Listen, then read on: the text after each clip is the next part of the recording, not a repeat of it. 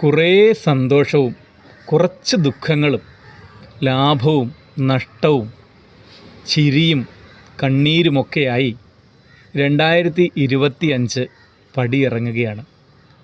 എന്നെ സ്നേഹിച്ച, എന്നെ സന്തോഷിപ്പിച്ച, എന്നെ വിശ്വസിച്ച എല്ലാവർക്കും നന്മകൾ നേരുന്നതോടൊപ്പം എന്നെ ദുഃഖിപ്പിച്ച, എന്നെ അവിശ്വസിച്ച, എന്നെ തെറ്റിദ്ധരിച്ച, എന്നെ തെറ്റിദ്ധരിപ്പിച്ച ഓരോരുത്തർക്കും ഹൃദയം നിറഞ്ഞ പുതുവത്സരാശംസകൾ നേരുകയാണ്. എന്തിനാണ് വിഷമിപ്പിച്ചവർക്കും നന്ദി പറയുന്നത്, അവർക്കും നന്മകൾ നേരുന്നത് എന്നൊരു സംശയം ചിലപ്പോൾ തോന്നുമായിരിക്കും. യഥാർത്ഥത്തിൽ എന്നെ സ്നേഹിച്ചവരേക്കാൾ, എന്നെ സന്തോഷിപ്പിച്ചവരേക്കാൾ, എന്നെ കൂടുതൽ പാഠം പഠിപ്പിച്ചത്, അനുഭവത്തിൻ്റെ ഒരുപാട് സമ്പത്ത് എനിക്ക് പകർന്നു തന്നത് അവരാണ്.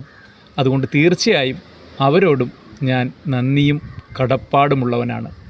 ഒരിക്കൽ കൂടി ഓരോരുത്തർക്കും പുതിയ വർഷത്തിൻ്റെ സ്നേഹാശംസകൾ നേർന്നുകൊണ്ട് നന്ദി.